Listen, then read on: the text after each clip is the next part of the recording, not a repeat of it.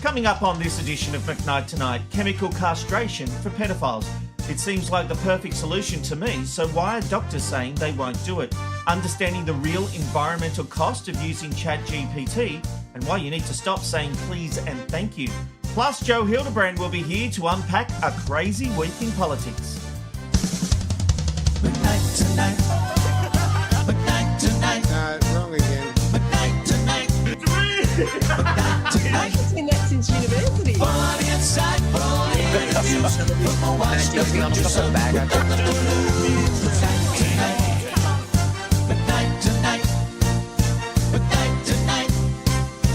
Here comes McKnight Tonight. Hello, I'm Rob McKnight. Welcome to McKnight Tonight for this Saturday, the 24th of May. And remember, McKnight is always right. Did you know it's National Scavenger Hunt Day today? It's a day that offers a delightful opportunity to enjoy and celebrate a simple game that is often filled with adventure.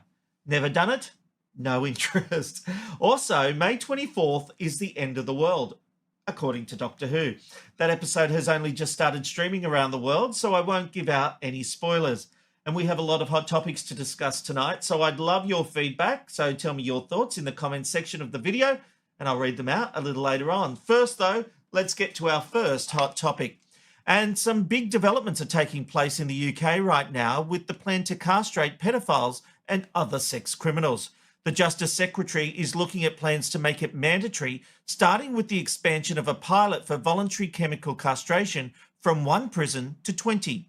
But forensic psychiatry professor Don Gruben told the BBC he did not think the government would get the mandatory element of it off the ground, as to simply make somebody take the treatment would be very unethical, and most doctors I know would be resistant to it. Why? How is this unethical? Is it more ethical to allow people that have a mental deficiency that think it's okay to go and have sex with children? You know, Sky News recently reported a clinical trial in Stockholm, Sweden, showed just 2 weeks after the first injection of this chemical castration, men who were living in the community had significantly reduced the risk of committing child sexual abuse.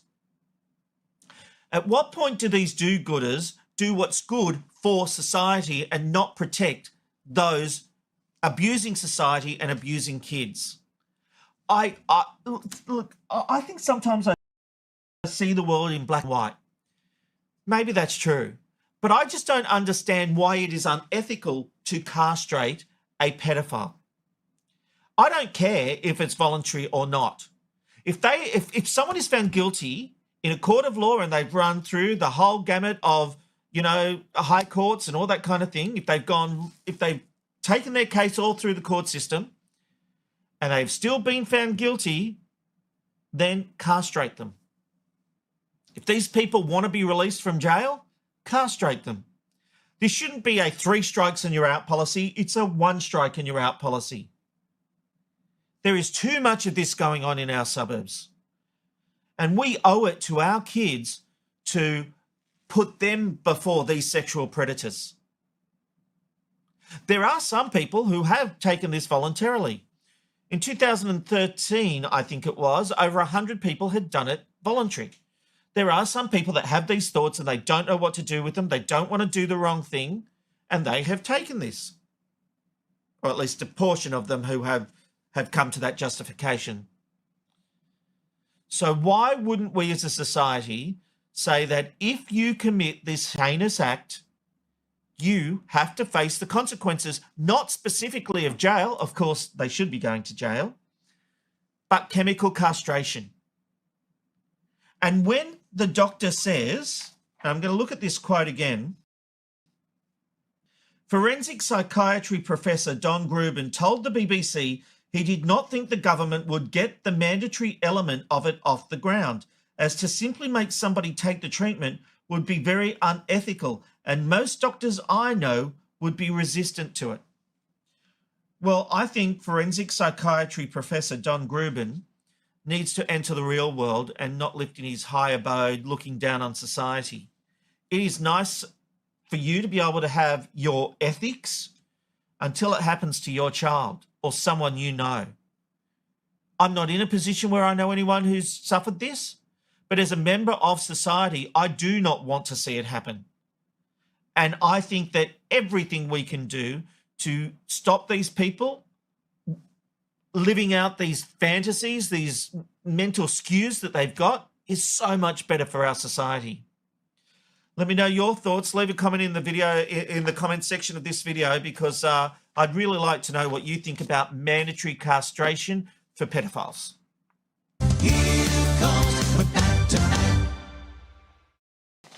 Still to come on this edition of McKnight Tonight, Joe Hildebrand will unpack this crazy week in politics, plus why you shouldn't say please and thank you to ChatGPT. It's actually having an environmental effect. All right, I want you to take a look at this next clip carefully. And spoiler alert, a car and a bike are going to collide. But who is at fault?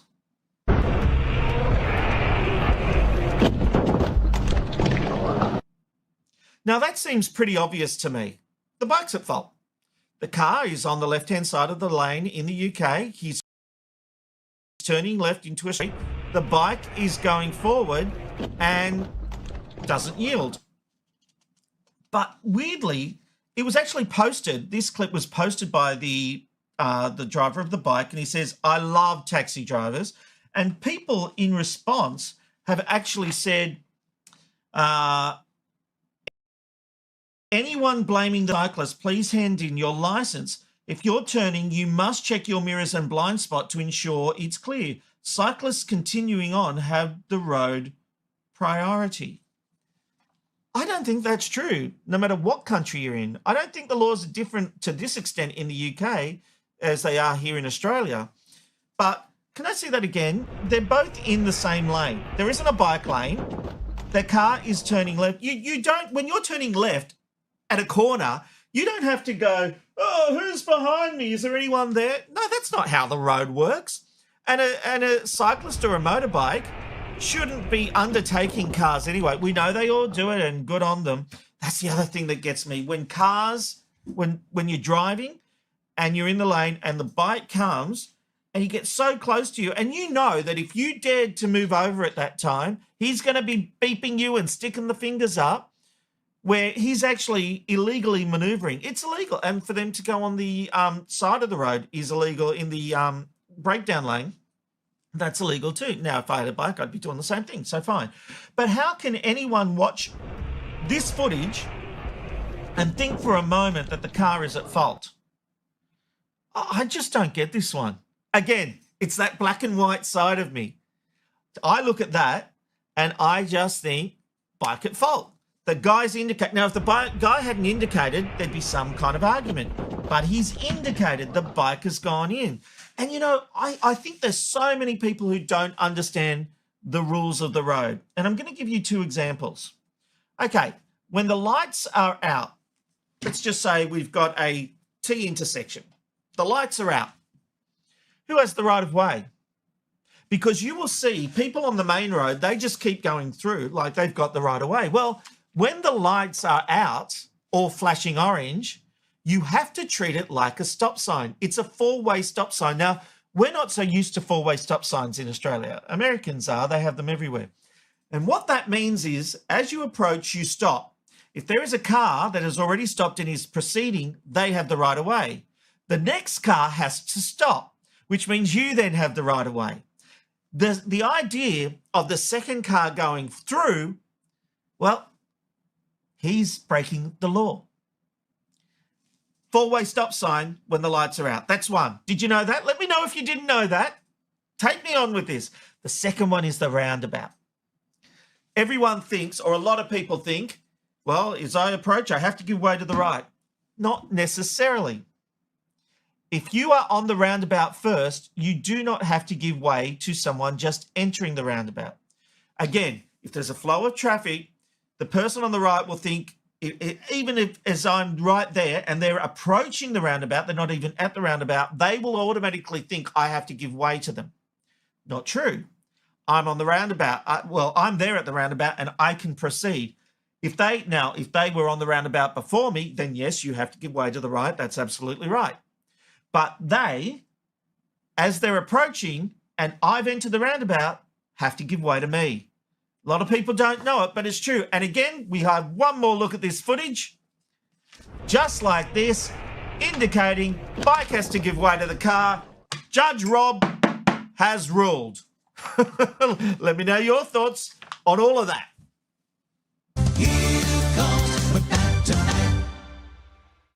Okay, now it's time for Rob's rant. And this morning, I actually had to catch some public transport because I was going up to Brisbane from the Gold Coast to appear with Spencer Howson on ABC Radio. Hello, Spencer. I know he always watches, so good day to you and thank you for having me. Now, everything was fine, except two little things when I got on the train.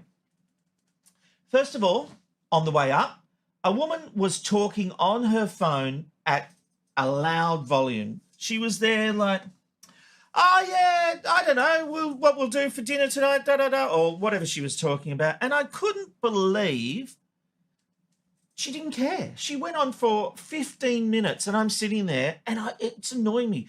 My family know you cannot get hold of me. If I'm on public transport, it's the one time I won't answer my phone.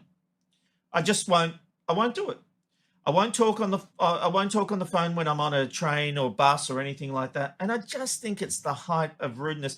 And why does she think we want to know what she's talking about or what she's having for dinner? I do not care. Thankfully, she stopped. But on the way back, I'm sitting there minding my own business and this smell starts filling the carriage. And it was tuna. And I thought, who brings... Not just the fact of bringing tuna on, but it didn't happen at a train station. So it wasn't like they bought a tuna sandwich and it was already open. They opened something and started eating it on the train. How is that acceptable? I don't want to smell your tuna. I hate the smell of tuna. Why do people not care about those around them? There is just no care factor whatsoever. All I am asking is for people to have some consideration of the people around them in public. Get off your phone, don't open your tuna, and the tuna's saying you shouldn't take tuna to the office, by the way. That should be another rule. Judge Rob's back. No tuna in the office. People don't want to smell that crap. So what are the other rules for being on the public transport? Let me know. I've got feedback. In fact, it's time for our random live shot of the day. It's the random live shot of the day. Where are you going today? You never know where you'll end up with the random live shot of the day. Yes, and our random live shot of the day is taking us to Elephant Park. It's situated in an area that was once the ancient ivory route linking Mozambique and Zululand. Tembe Elephant Park is renowned for having the largest elephants in Africa and the planet. The park's location is very remote, lying deep in the sand forests and wetlands from northern Tongaland. Weather-wise, it's a sunny day and a high of 24 degrees after an overnight low of 13 degrees. And yeah, look, we've got an elephant hiding behind the tree. I wish he'd come out and have a bit of a look and say good day to McKnight tonight. Yep, bugger. There's been some beautiful shots. I've been watching it throughout the afternoon. I do that while I'm prepping. I'll actually put the live shot in the monitor and just have a look at what's happening. Hey, let's have a look at some of the feedback coming through to McKnight tonight. Jeanette says, good/everyone. Is that meant to be good evening or something like that? What else have we got, Jazzy? Hello, Jeanette. Always lovely to hear from you. Nicole says, if they can stop people with special needs from having children, why can't they do it to criminals that abuse children from having them? Oh, I couldn't agree more with that, Nicole. And I do think mandatory chemical castration for pedophiles is an absolute must. Who else have we got there, Jazzy? We've got Jason saying, law must be different here. In Queensland, a 1 metre rule applies to cars and bikes. Bikes can move more easily. Yeah, well, Jason, on that, I think that I'm certainly driving on Queensland roads that motorbikes come in and out, but so do bikes. But yeah, that's an interesting one. Are there any more there, Jazzy, for us? Jason again, wait, the rant is only starting now. Thank you, Jason. And keep your feedback coming in. It's really simple. Just leave your thoughts in the comment section of the video. And I tell you what, though, we should talk some politics because, wow.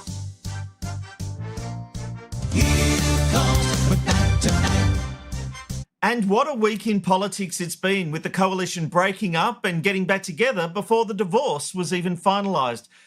I've got to say, it was hard to believe the headlines when it started coming through on my phone that the Nationals were splitting up with the Liberal Party. That was until I saw this news conference with David Littleproud.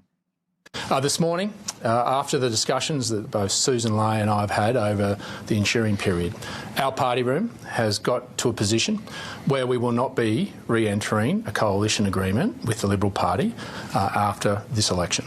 What we have got to a position is that the National Party will sit alone on a principled basis. All right, to help me make sense of all this, I've asked Joe Hildebrand from the Real Story with Joe Hildebrand podcast to join me. Hello, Joe. Hello, Rob. How are you, my friend? It's good to see you. Have you ever seen a week like this in politics? Look, I have not. I've not seen an election result like this in all my decades of journalism and even more decades on the planet. And I have not seen the fallout that we've seen from this election anything like the fallout from any previous poll. I mean, the fact that it has basically immolated three political parties, not just the Liberal and National parties, but also the Greens have been decapitated. Their leader has lost his seat and they're in for a world of pain as well. But the fact that basically the coalition has been split, notwithstanding that they're playing footsies again, but the coalition has been split between the Libs and the Nats, and the Libs themselves are also split, and split pretty much right down the middle. Susan Ley only just managed to win the leadership ballot, and those numbers could be liable to change very, very soon, which I can talk to you about later. Well, okay, let's go through a few things because you've raised a couple of issues there. In a 30-second recap, how did Peter Dutton go so wrong? He was so in command before the election was called, and then it just felt like he lost the plot during the campaign. He did. He had world events conspire against him. So Trump was a good thing to be associated with at the end of last year. He was a very bad thing to be associated with when he announced tariffs on Australian goods. But was it just the Trump factor? No, it was not just the Trump factor. Peter Dutton got unlucky with the Trump factor, but he also mishandled it because when Donald Trump started declaring an economic and trade war on Australia, he seemed like he was more on Trump's side and was trying to say, well, I could have done it better than the government. That is not what any patriotic Australian wants to hear. The other thing was that the policy positions simply hadn't been stress tested. They had not been well thought out. They had not been well prepared. There was not enough detail behind them to assuage any scare campaigns. So there was not enough specificity about them, and there was not enough discipline in getting the message out there, and there wasn't enough meat on the bones. The nuclear policy was absolutely toxic, and again, an example of a policy that hadn't been properly thought out or stress tested in the communities. I don't believe Peter Dutton actually visited any of the 7 proposed sites for a nuclear reactor. No, he wouldn't talk about it during the campaign. Even when he was in nearby suburbs or in the suburbs, he wouldn't go anywhere near where the nuclear power plants were proposed to be. Yeah, that's exactly right. And the polling also showed that the issue was particularly toxic in Peter Dutton's own seat. So Peter Dutton possibly lost his seat because of his ill thought out and ill argued and undercooked nuclear power plant. So that's just a few reasons. The other one is that Peter Dutton was always a real problem with female voters. Again, I don't want to kick the poor guy when he's down, but this is stuff that was all coming up in the private internal research conducted by the ALP and others. And you know, the coalition's response to that was to tell women that they couldn't work from home. I mean, this was just, which was another policy backflip. But another policy backflip, and he would say, well, this just applies to public servants. Well, which public servants? Does it apply to, you know, ADF personnel? Does it apply to, you know, people working in Sydney and Melbourne, or just, and eventually, so they're making it up on the wrong side. Oh no, it's only public servants and only public servants in Canberra, and it's like, well, well, which public servants? And then it gets a question, well, aren't you going to fire 40,000 of those public servants? Well, which ones? Oh, well, we're not sure yet. So every public servant suddenly thinks, oh, it could be me. It could be my head on the chopping block. And again, you then spook hundreds and hundreds of thousands of federal employees for absolutely no reason. All you needed was one bit of sort of specific detail about the sort of jobs that might go. And again, so he found himself backflipping on that policy. Then it looks like, well, you can't actually believe anything that the coalition says, and they clearly haven't thought things through. And you're not going to trust them on that policy anyway, even if they've backflipped on it, because they had the opposite position 24 hours earlier. So it just ended up being this, what they call in the popular political satire in the UK, in the thick of it, it ended up being an omni-shambles. It was absolutely every wrong decision that could have been made. Yeah. I think we've lost Joe there. Well, I did ask him for a 30-second recap, and he's certainly gone longer than that. But, he's back. Unfortunately, the coalition did so many things wrong that it couldn't possibly fit into 30 seconds. Even the internet went, yeah, that's enough, thanks, Joe. That's right. The internet actually said we are now overloaded with coalition misfortune. But anyway. I think we've got the gist. They stuffed up in a big way. But moving on to the leadership, and I do want to obviously get to the whole coalition story, but you've mentioned Susan Lay, and it's interesting you said that it is a party divided. Angus Taylor's supporters have certainly made it clear they're not going to give up. Isn't this the exact problem? A leader comes into play. Yes. Those who have been beaten by a small margin, in fairness to them, say, well, we're not going to live with the results of that decision, and they vow to fight on. How can the party unite when they are so divided? Yeah, well, it can't as long as they're carrying on like this. And as long as they're carrying on like this, they will never win an election. They're not going to win the next one anyway. It's basically mathematically impossible. But the way they're frankly going, and even just, within a day of Susan Lay being elected as leader, people saying, well, now the bloodletting's going to begin. A leadership spill is meant to, as the name suggests, is meant to end the bloodletting, not signal its beginning. So it is a real problem. In politics, disunity is death. It's a cliche because it's true. And basically the coalition, well, the Liberal Party and the coalition both are heading in two different directions, two opposite directions at the same time. And you've got cheer squads on either side saying the only way we can recover is if we move to the centre, and you've got the other lot saying the only way we can recover is if we move to the right. Now, obviously, I'm an avowed centrist, and it just simply does not make any electoral, political or mathematical sense to think that you can win elections by going further to the right to appease your own base. To me, that is but going too far to the left's not going to work either, because the Greens saw that issue. Yeah, that's right. You don't go to the extremes. You go to the centre.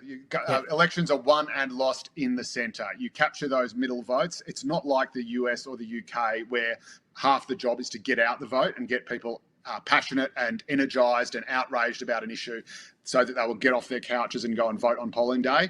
In Australia, even the most apathetic, apolitical citizen must cast a ballot, or at least rock up and get their name crossed off on the roll. And they are the people who decide elections. That's why we've got such a stable system. Revving up your base simply doesn't work. Those votes come back to you anyway before they go to anyone else. And that is why we have a compulsory two-party preferred preferential voting system. That is what it is meant to do. It's meant to produce the least worst option. So you've got already the Liberal and the coalition party basically seem to, think right. Things like actually proposing taxpayer-funded, physically pre-announced, located nuclear power plants is crazy, but you've got them still hanging on to the idea of nuclear as an option. Now, that is going to be difficult, say, in those teal seats. And we saw that those teal seats were actually really, really vulnerable to the Liberal Party, even with Peter Dutton as leader, who is basically the closest thing the party could get to Scott Morrison in terms of having a women problem. And it was very much having, female candidates backed by female voters. That is the quintessential teal strategy. An unkind person would say they didn't have much more of a strategy than that. And but on the coalition, they won a seat even with Peter Dutton as leader. Yeah, well, that's true. But the coalition helped me understand the thinking by David Littleproud of walking in and saying that we don't want to be part of the coalition. I don't understand it on a number of fronts. The Libs can't win government without the Nationals, so they need the coalition to do that. Wasn't it a case of essentially passing Labor the next 3 elections, the next 2 or 3 elections, if they don't reform? I mean, the numbers don't lie. What was he hoping to achieve with this quickie divorce?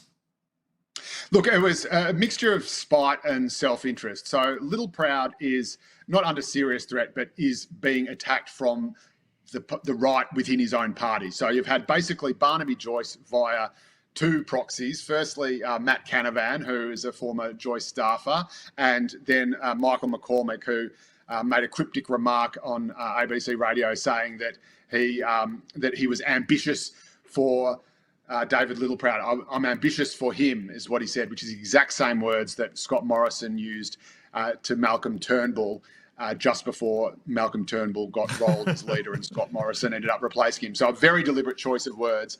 And Barnaby Joyce is throwing his weight around. He doesn't have the numbers in the National Party room, but nonetheless, he can make a lot of noise and gets lots of headlines.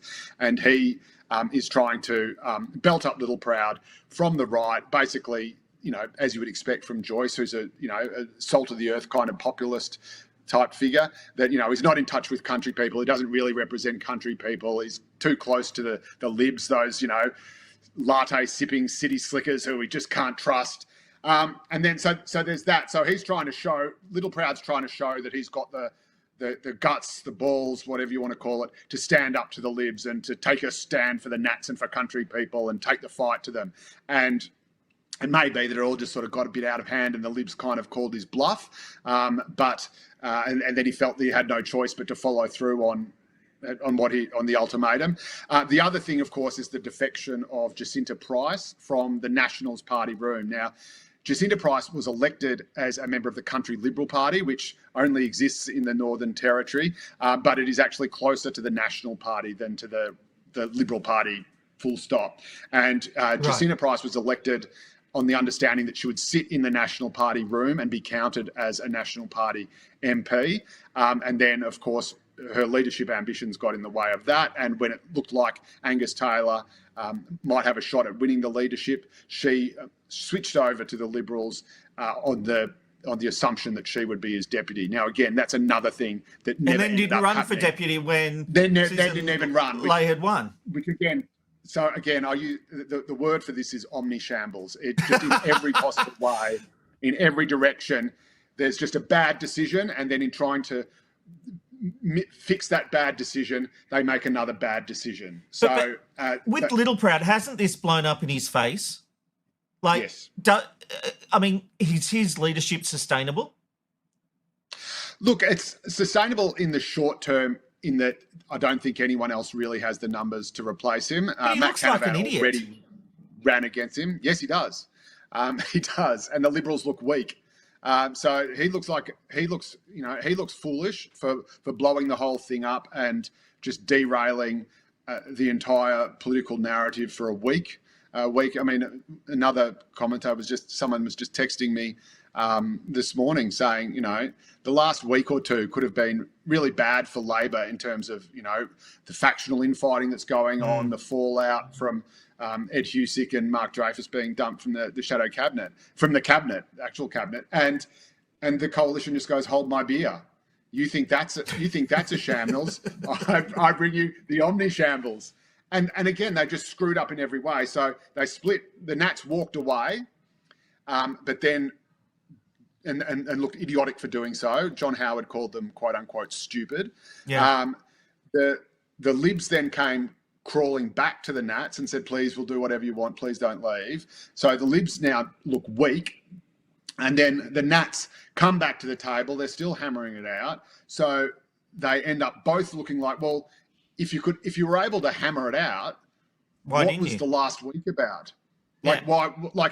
If all you had to do was have a Zoom call and sort it out, well, why the hell were you having a press conference announcing that the coalition was over? I mean, this is just kindergarten stuff. It's unbelievable. Again, it's stuff that I've just never seen.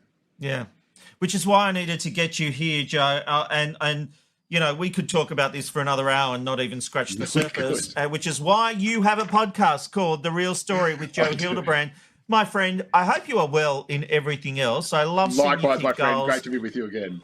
Oh, thank you, mate. I see you kicking goals. You can see Joe everywhere on every television station offering his views, and I love it. You are a good man, Joe Hildebrand. Thank you for joining me. Love your work, my friend. An absolute pleasure as always, mate. Here comes McKnight tonight. Ah, yes, he is a good man. Bit of a preview there. He is a good man, isn't he? And hopefully we'll talk to Joe again soon. Hey, let's have a look at some feedback that's coming through before we get to a back-end quickie. We've got this one from Nicole. Say, try sitting next to someone for a 2-hour commute who reeks of garlic from dinner the night before. Disgusting. I know what you mean, Nicole. Over the page, we've got Jimmy, who says the elephant got stage fright. Hey, Amanda, would I be pushing the friendship if I asked to have a look at the random live shot again? Oh, is that alive or is it paused? Oh, there it is. It's live again. Well, there you go, Jimmy. We've got the elephant back for you. That's great, isn't it? All right. Thank you, Amanda. We can go back to feedback now. What else have we got? Jeanette says, Joe is always the best to explain politics. Yeah, and I think Jason said he misses Studio 10 because he misses Joe's explanations. As I've always said to Joe, they just need to be a little bit quicker. And even the internet agreed tonight. Jason says, speaking of who, Joe. Yes, Jason's very happy. Who else have we got there? Philip says, it wasn't the Liberal policies that were wrong. It was the unpopular messenger who, in himself, didn't appear to be passionate about what he wanted to be once he was PM. I think there's some fair commentary there, Philip, although I don't think the nuclear policy ever went as well as the Libs were hoping, and I think that's why they avoided that issue. But I agree. I agree that there's a lot of good policies, but the message wasn't solid, and he had done that so well previously up until that point. And we've got one more from Jimmy who says, haha, thanks for that. The elephant came out of its shell. Gave Amanda a heart attack trying to find the buttons. Hey, let's have a back-end quickie before we finish up tonight. And I'm just going to do this because my auto cue wasn't rolling. And look, I came across this one in my Instagram feed this week, and I was a little shocked by what I read. Now, I've done a bit of research, and it looks like the claims made by online educator ELVTR, it looks like the claims made in what I'm about to show you are actually true. Saying please and thank you to ChatGPT is actually costing OpenAI tens of millions of dollars. And yeah, it's true. OpenAI CEO Sam Altman revealed that using phrases like please and thank you with ChatGPT is costing the company tens of millions of dollars in electricity costs due to increased computational demands. What does that mean? Well, the Post explains ChatGPT runs on massive servers using real electricity and fresh water. The fresh water is used to cool data centers using 148 million litres of water a day. That's over 54 billion litres per year. Put it this way, asking ChatGPT 20 to 50 questions will equal 500 millilitres of fresh water. And finally, the Post says ChatGPT emits over 260,000 kilograms of CO2 every month, and that's the same as 260 transatlantic flights. I have a major problem here because even when I use Siri, I'll say thank you or can you please tell me? And my kids laugh at me. They think, you don't have to thank it, Dad. I'm going to tell you something. When the robots rise up, I'll be able to turn to them and say, I always said please and thank you, and I reckon they'll let me live. That's what I think. So I'm going to keep saying please and thank you, although I'm probably destroying the environment by the sounds of it by doing so. All right, that brings us to the end of McKnight tonight. Thank you for your company. A big shout out to Amanda and Jasmine, who we could not put this show to air without. Thank you, Jasmine. Thank you, Amanda. Yay! And we will see you as we go to say goodbye. I'm going to say it's good night from McKnight. Tonight.